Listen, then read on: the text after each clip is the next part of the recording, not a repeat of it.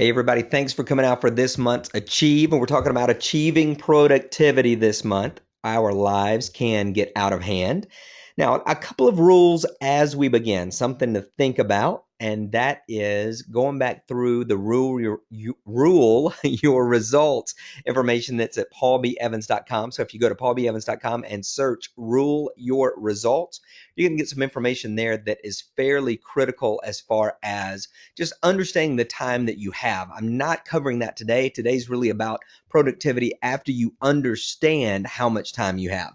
But if you're not sure, then what you need to do is keep a journal for about a week, and you keep every aspect of everything that you do. Even if something is done only for a minute, you write it down. And what you end up with is discovering what your fixed time is and what your flexed time is. Now, your fixed time is the amount of time that you don't have any control over.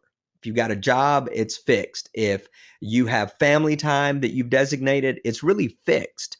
Those of us who grew up going to church knew that every Sunday morning was pretty much fixed. Now, back in my day, this was years and years and years ago, we went Sunday morning, Sunday night, and Wednesday night. I know that sounds insane, but we did. So all that was fixed time. I didn't get to schedule any of that as a kid. It was done.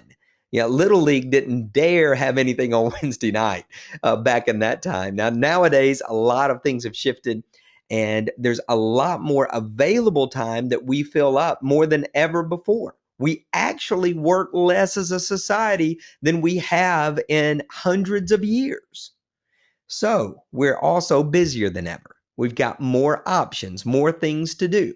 So what we really have to do and center on is figuring out the time that we actually have to work and utilizing that. So what we're looking at today is going to help us determine what we need to be doing and maybe some things that we shouldn't be doing. Things that we're focusing on right now, maybe we don't need to focus on at all. Just really depends. So today's information is really going to help you with that and give you some tools, some resources to help you really tie that into your own life.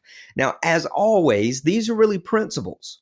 I'm not telling you this is exactly what you have to do, but I'm giving you a framework so that you can take it and you can determine the way that you want to apply it and the way that you want to do it. So let's get moving. The first thing we're going to talk about is LMC. LMC, and it looks like this. Let me make sure I'm on blue here. And you can draw along with me if you want to.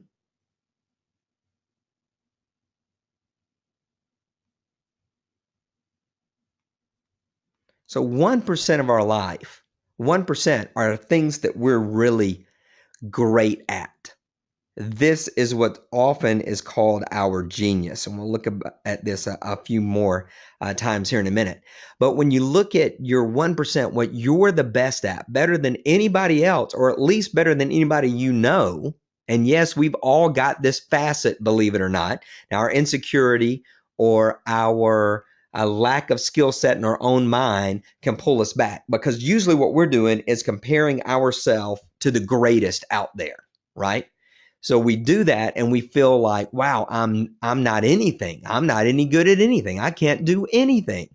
But the truth is, the people who want to learn from you are the people who want to tap into your mind or tap into the things that you know. Well, to them, you're the 1%. And when it comes to our actions and the things that we're wanting to do productivity wise, we need to look at the 1%. How am I going to be able to maximize this area that I'm able to do the best or become the best at?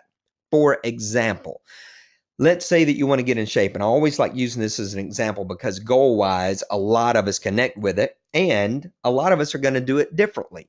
So when I say the 1%, and I even mentioned genius, it doesn't mean that you are necessarily the greatest at it, but it means that you understand your process, what you can do, and how you're going to do it.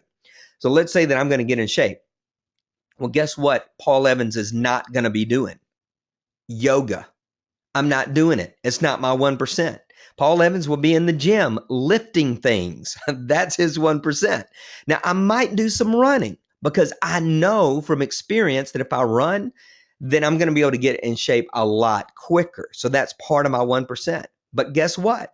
Paul Evans is not going to a spinning class and he's not doing Pilates. I don't even know if that's still around.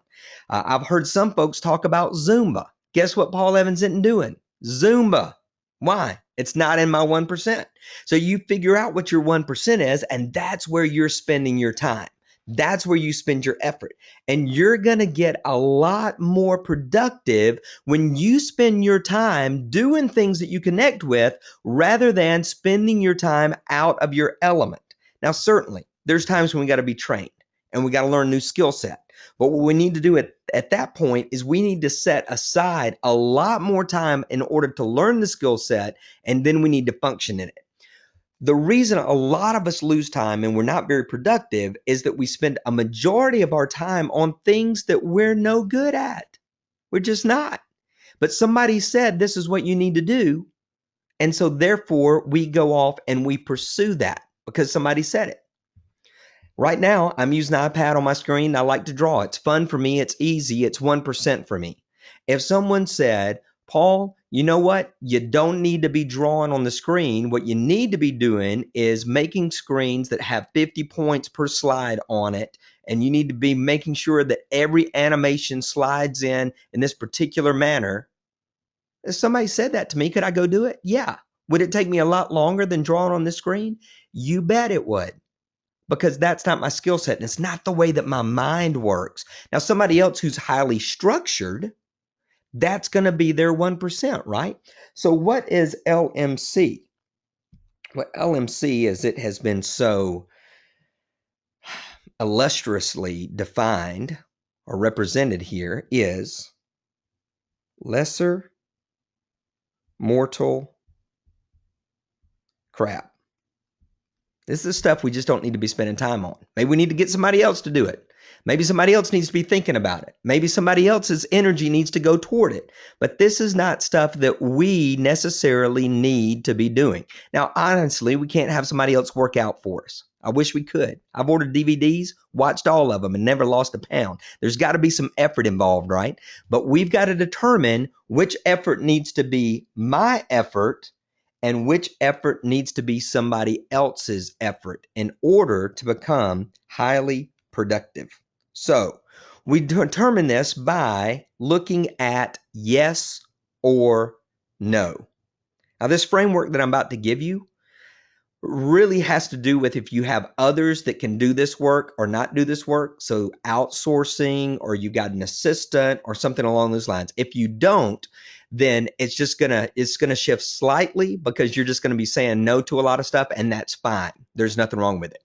Now, there are times when you're gonna have to say yes to some things that maybe you shouldn't be doing, and understand that as part of the qualifier. All right, so we've all got tasks that we want to do or things that we need to get done.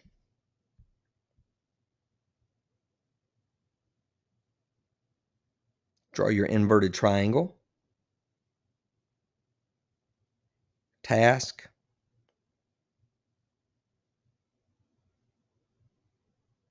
Or let's say opportunity. Even a project.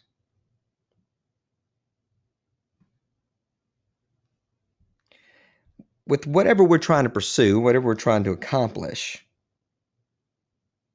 we need to know our mission. We need to know why this is important to accomplish. What this business is really all about. Now, that's a fundamental element of anything that we're going to pursue in any way that we're going to be productive. Secondly, we need to understand the role that is involved, what's required, and by whom it is required. Number 3 is priority. Is it essential? Does this really have to be done? Because a lot of things in our lives do not have to be done. We just like to do them. We spend our time doing them. So when we look at this, we've got to determine exactly how critical this element is.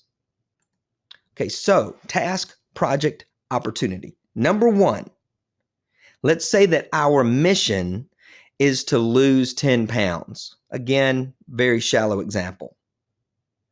This is our mission. Let's say that my family's going to be involved. We're all rallying around together.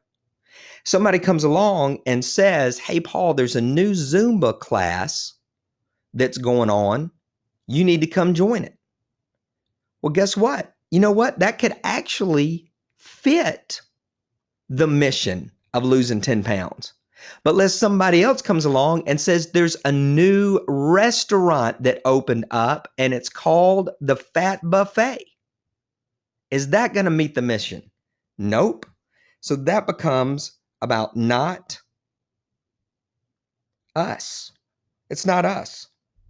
Whole family's not getting involved with that. It's not us. Now then, the role.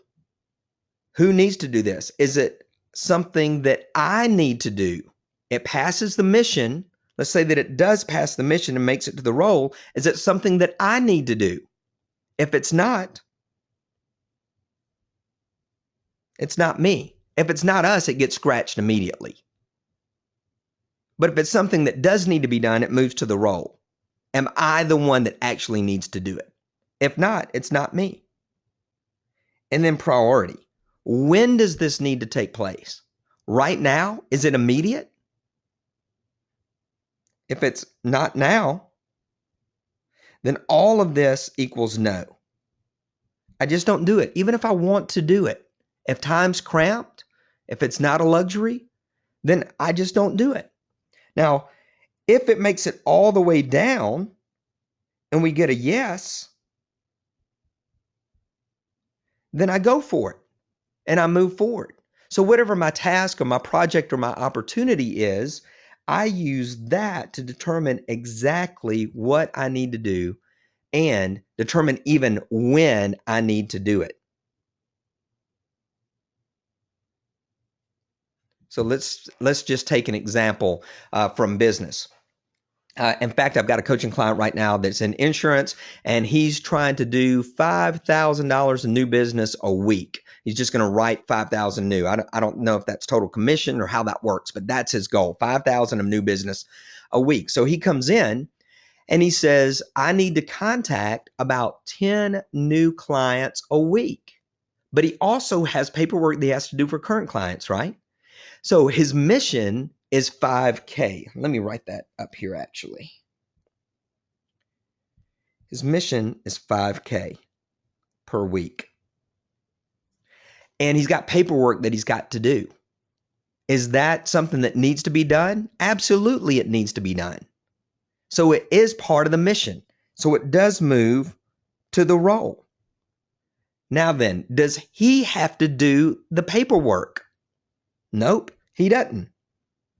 It's not him. So this goes off to the admin. And guess what? He had been doing a lot of the paperwork. He'd been spending a lot of his time pushing papers that he really did not need to do. So the admin, that can be handed off to. So the role is admin. But calling new clients, does the admin need to do that? Nope. If that's the goal, then it is his role. So let's say that calling new clients.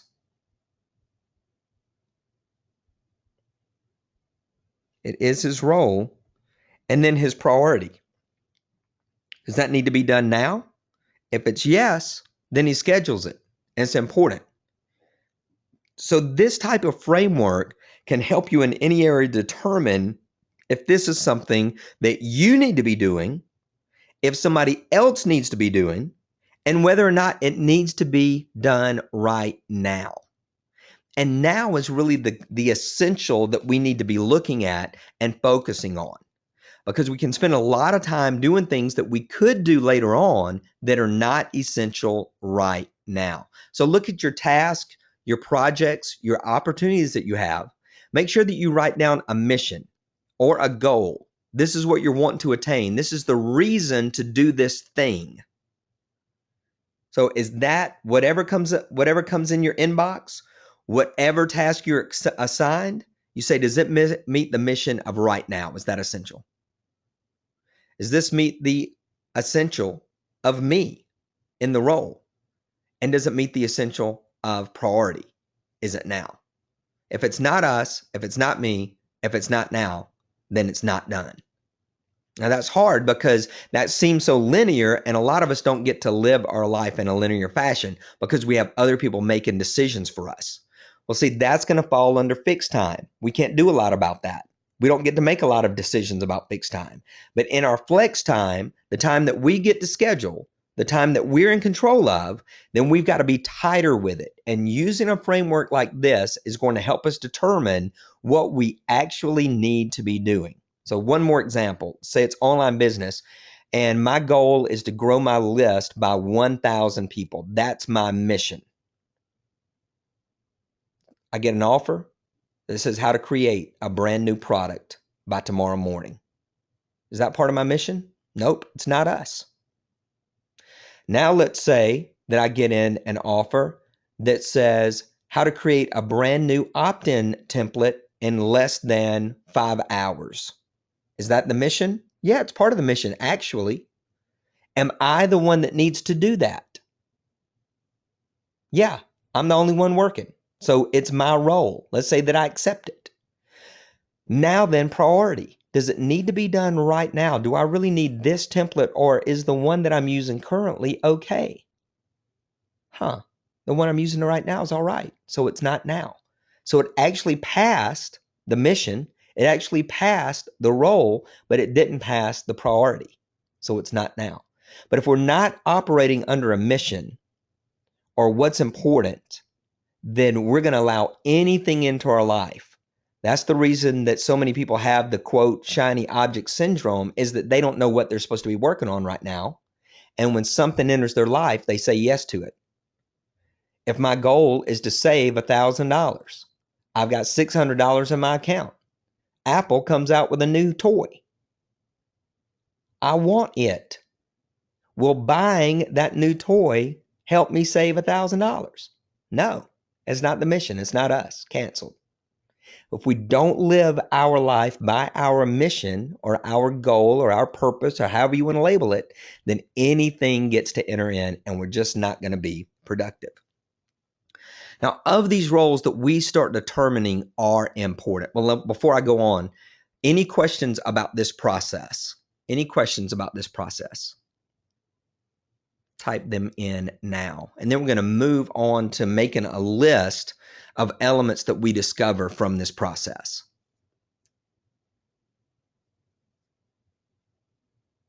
All right. Kim says no questions. This is super helpful. Good. Gabrielle says, love the simplicity and clarity of this. Good. I'm glad. Yeah, I feel like it's super simple and it's easy to measure ourselves by, and we're not always good at that. You know, part of the challenge of productivity is using a framework, and most of the time we don't like to do that. I'm not excited about using a process like this every single time I'm wanting to do something, because sometimes I just want to do it, but a little bit of a framework will help us. Okay, so choose your 3. So as you use this format or this framework, you're going to determine more and more the elements that are a go. These are the things that are essential. These are the things that you tend to do and you are good at. These are the things that make it all the way through the filter. They are your priorities. And what you're going to find out is often the things that make it all the way through are part of your genius, part of your 1%, part of the things that you seem to be very natural at. So what we want to do is we want to take that list and we want to begin remembering those and forming our genius or our core. We're going to start with 3, and then we're going to go out from there over time.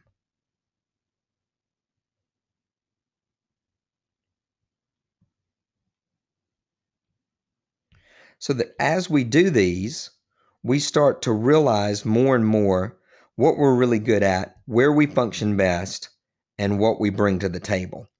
And this allows us to go back time and time again and say, okay, the next time the task shows up, I already know whether or not I should do it. I already have the background. I already have the experience. I've already passed it through the test, and I already know that it's a go. And so over time, you're going to see element after element that keeps coming up. Now, it doesn't mean that we're never going to try new things, and it doesn't mean that we're not going to experiment, and it doesn't mean that we're not going to put some things on the back burner at times that are even important in order for us to pursue something new. But in general, we need to know our processes and we need to know the things that we're best at so that when it comes time to say yes to the best, we already know what's a go for us. And so you choose your three. In online business, I know that product creation, training or teaching, that's always going to be in my wheelhouse. Traffic is not in my wheelhouse. That's not my strong suit. I usually buy traffic. That's what's easy for me. I don't generate it from scratch. Some people are really great at going out and building all these relationships and partnerships, and they're really able to build a humongous list by leveraging the list of other people. I'm not as good at that. I'll openly admit it, but I don't mind buying stuff. Say, hey, do you rent your list? Or hey, can I bid on this keyword? That's easier for me, right? So I've understood that over time. If I spent all my time in my area of a weakness, I'm never going to get strong. You know, the convoy has to travel at the speed of the slowest vehicle. And if we're living our life in a convoy, we're always going to be behind where we really need to get to and where we need to be. So what you need to do is probably, I'd say tonight, is to chart out some areas of genius for you, some areas that are easy for you, areas that come naturally. All right. So Kim is passionate about horses and horsemanship. Now, she is very intuitive about horses. And guess who isn't? Paul Evans. He's not. So I would rely on her strength, right? If I was to come to Kim and say, Kim, what are you best at? She would be able to say, well, I'm best at working with horses. Also on the call, I see that Cheryl's here. Cheryl is a master at systems. Now, she knows me and knows how scattered I am. Paul Evans did not spend a lot of time on systems. I would talk to someone like Cheryl and hand that over to her. But I could come to the table with what I'm good at and say, Cheryl, how do we align this? How do we make this work? How can we make this function? Right? So we, over time, understand what we're best at. And that allows us to predict the future. We end up having ESP with our productivity. So if I'm going to sit down today and I'm going to create a new blog, I know exactly how long that's going to take me because I've done it so many times before and it's easy for me. So I'm able to predict in advance how productive I'm going to be because I've already experienced that. And we don't have to keep a massive list of things that we're good at or skill sets or anything. For the most part, we're fairly intuitive with it and we know that we're going to be able to get something done. For new things that are brand new to us, we need to time those and we need to find out how long it took us the first time. And then by the fifth time, we'll probably have dropped that by 75%, 80% time-wise. And then it enters our wheelhouse. So it's going to take us a little bit of time for it to become our genius if this is something that we need to invest in, if this is something that we need to develop long term. So we have to be thinking about that, writing it down, recording it, and coming back to it time and time again. So as we begin to schedule our day or our fixed time, our flex time, then I like to use the 50-10.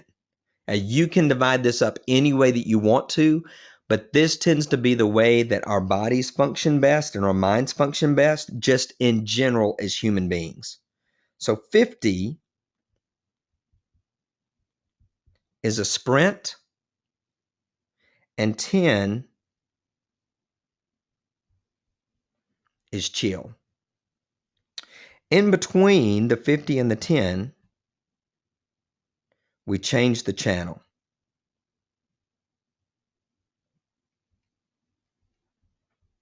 So when I schedule my day, I might schedule 1 hour. Well, 50 minutes of that hour, I'm going to sprint. And I mean, I'm going all out, fast processing, not thinking. This is why we want to do some things that we're really good at. We can schedule our time as well for things we're not good at, but I would encourage you, if at all possible, have a section of your day that you get to sprint. You do not get to sprint on something new. because we hadn't been there yet. A few weeks ago at worship team practice, I co-lead with a guy, and I actually don't know any music at all. Everything to me is by ear. I sing by ear. I hear everything, and I believe that a lot of those notes on the page are optional.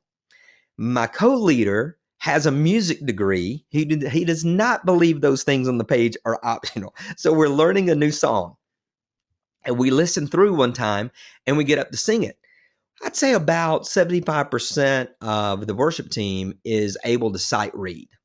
But even if you can sight read, it's still pretty difficult to sing a song from scratch really rapidly and get the timing right and get everything right off the bat, right? So you think about, if you're sight reading the first time through, you're probably not going to sing it the best. If you're sight reading the first time through, you're not going to play it the best. So we listen one time and we get up to sing it. And John is just snapping his fingers like a rocket. He's just like, come on, come on, come on, come on, come on, come on. We get to the end and he says, Paul, everybody was dragging. What do you think about that? And he looked around at the group and he said, guys, I don't know what's wrong, but y'all need to be singing that faster than you're singing it. I looked at him. I said, John, we don't know it. And everybody just kind of laughs, because the truth was we didn't know it. So we couldn't sing it fast and we couldn't sing it accurately. We couldn't sprint the music because we'd not practiced it. So part of your day, you may have to do something where you're just walking, and that's fine. But I want to encourage you to get part of your day in the sprint realm, something that you know how to do. You do it rapidly, you do it quickly, and you're able to pursue it like a rocket. And what this is going to do is that it is going to give you a lot of confidence because you feel like you accomplished something. If right out of the gate in of my day, I do something I'm great at and I sprint, I'm going to feel pretty successful and I'm going to feel like I really accomplished something. On the other hand, if I start my day with something I stink at, well, I'm going to be defeated within the first few minutes of the day.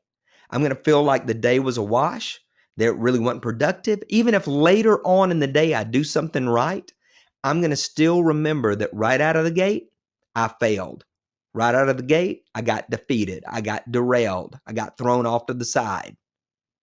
So we need to spend as much time as possible right in the beginning of our day just sprinting. Now, I like to use hour increments. If you're going to use 30 minutes, maybe do 25, 5. But I want to sprint for 50 minutes and I'm going to chill out for 10 minutes. I'm going to change the channel. And when I change it, then I'm going to do something totally different than I've been doing. So, I might listen to music. I might read. Most likely, I will get a snack. Might check email, might look at Facebook, but all of this just to relax. I'm going to have a change in the channel. I'm going to go from my sprint and I'm just going to slow down. I'm going to chill out. Music, read, snack, whatever I want to do. Doesn't really matter. Watch some videos. But what this is going to do is it's going to allow me a little bit of physical recuperation, emotional recuperation,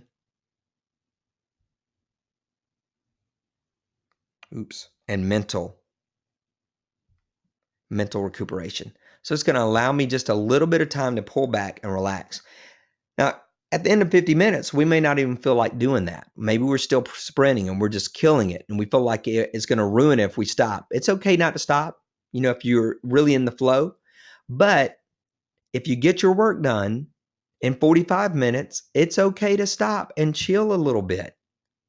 Relax a little bit so that you can recoup just a bit. In our society, we feel like we've got to be on the go all the time. We've got to be rushing all the time. We've got to be achieving all the time. But we need to put the rests in, the beats in for us just to be able to pull back and just take a little bit of time. And then if we want to start the next sprint, we're ready. We're prepared. If it's something totally different, the 10 minutes gives us a good shift time. And usually for me, it is. I'll do 50 minutes of sprint on one area, and then I'll switch to another area.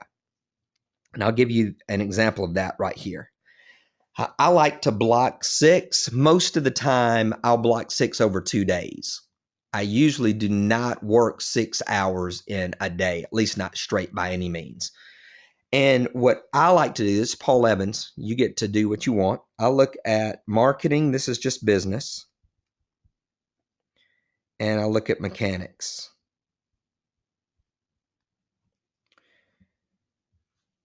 So today, I had to work on some graphics. So I spent probably about 40 minutes working on graphics. And that's mechanics to me. But I also started putting together a new webinar. Okay, so that's going to end up being part of marketing. In fact, I was working on a calendar for a group that I'm going to do from September through the end of the year called AIM, Advanced Implementation Marketing. And so I'm starting to put those elements together, that calendar together. And so that's part of my work for today. So I had graphics that was mechanics, and then I switched by next hour and worked more on marketing. So this gave me a little bit of a juxtaposition on that, made it a little bit easier, a little bit lighter for me, and I'm able to schedule this in. Now, I don't always plan out a full 6 hours by any means. And today I actually had more marketing because I have this webinar at 1, started at 1. I've got another one that starts at 3. So actually a lot of my time today is webinar based.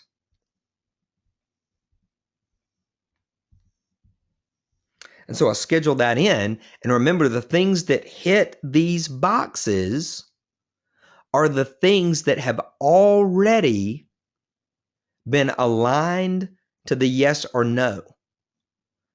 So why did I need to do these graphics, and why did they need to get done now? They hit the mission, they hit the role, and they hit the priority. Otherwise, I wouldn't have done it today. The webinar is on Thursday. So it hit the mission, it hit the role, it hit the priority. And obviously, these afternoon webinars hit that as well.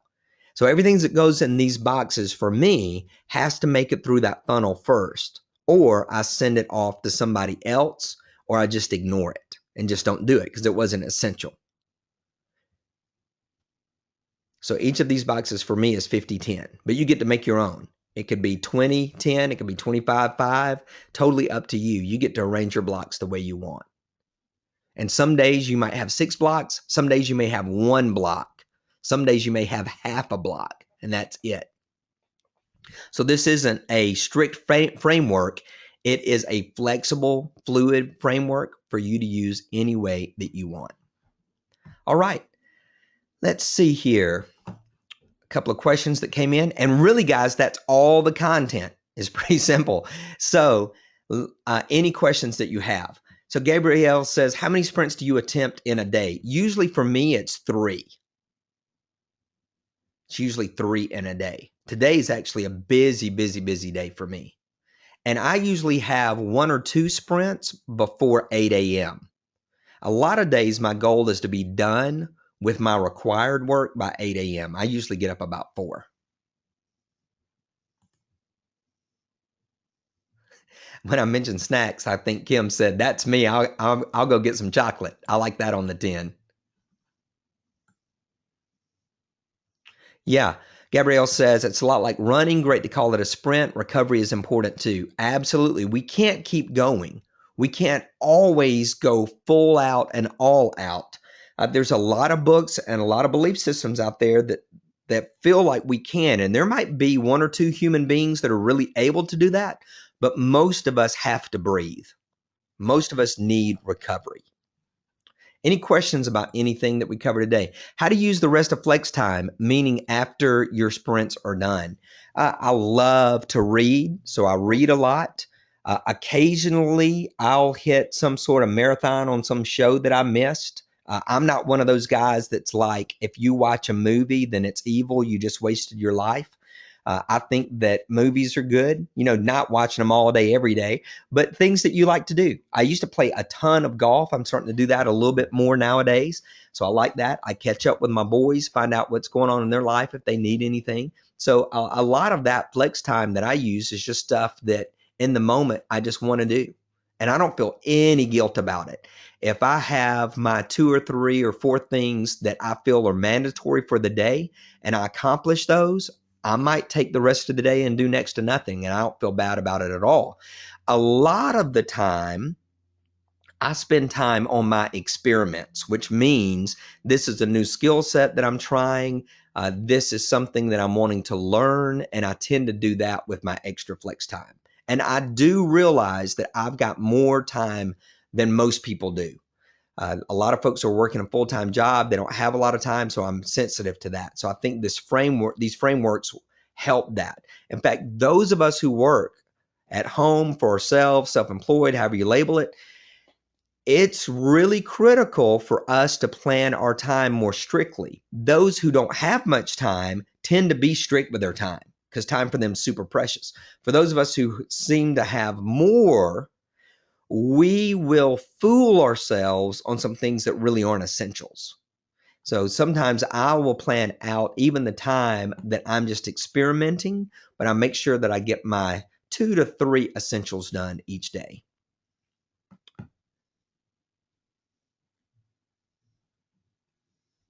I will also put in this area, right under this video in the members area, my personal productivity video. And this was done a couple of years ago, like right at the first of the year. And you're going to see some different training.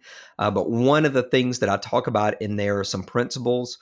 One of those is being a time ogre. That means that I don't allow other people to control my time too much. So that if I've got a long-winded friend that calls me and I know that he's long-winded, and some of you are about to get offended that I even do this, but if I know he's long-winded, then I'll pick up the phone and say, you got 60 seconds. I don't say hello or anything. I'll just say, you got 60 seconds. Now, this is a friend. It's not a stranger, but that gets him on the move. Otherwise, this guy would literally love to hang out for about 30 minutes just chatting. Now, if I've got time, I'll answer the phone and say, hey, so-and-so, I'm not in a rush today. What you got? Let's just take our time. And it's no big deal. So I'm pretty strict with my time, even my flex time. But I'll put that in the members area as well and have that up by tonight. All right, any questions about anything that we covered? Hit a pretty good bit today. Hit the 50-10. Hit our genius, hit our overall understanding what's important.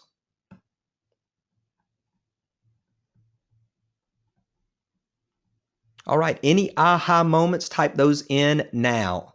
Things that hit you today that you need to go and use immediately. Any aha moments, type those in right now.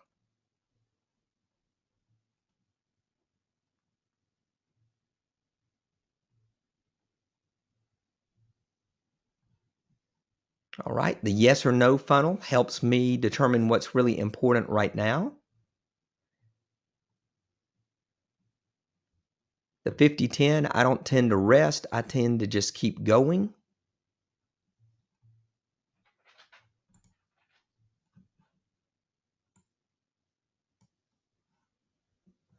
Kim says, Paul, can you give me some more examples about your core things? I've got so many things I feel like I'm good at.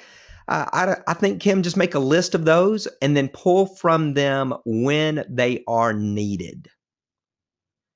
So I've got a list too of a lot of things that I feel good at, that I'm good at, but it really depends on the mission at the time. So make you a massive list of things you're great at. And then when you're measuring the importance, then only center on the things that match your mission. Yes, the need to have a list of the tasks that are going to be a filter to get those first things of the day done. Pre-align activities so that I know they are a fit at the beginning of the day. Kim says that makes a lot of sense. Good. All right, guys. Well, thanks for coming out today. I will get this uploaded here in the next hour-ish or so. And I'll also put the personal productivity video in the members area as well. So log in tonight and grab that. Cheryl says, I love the pyramid. I use GridMe, not me now and not now, but I love how the pyramid works. Much easier. Good, Cheryl. All right, guys. Well, you have an awesome day. And as always, success is not an accident. Be blessed.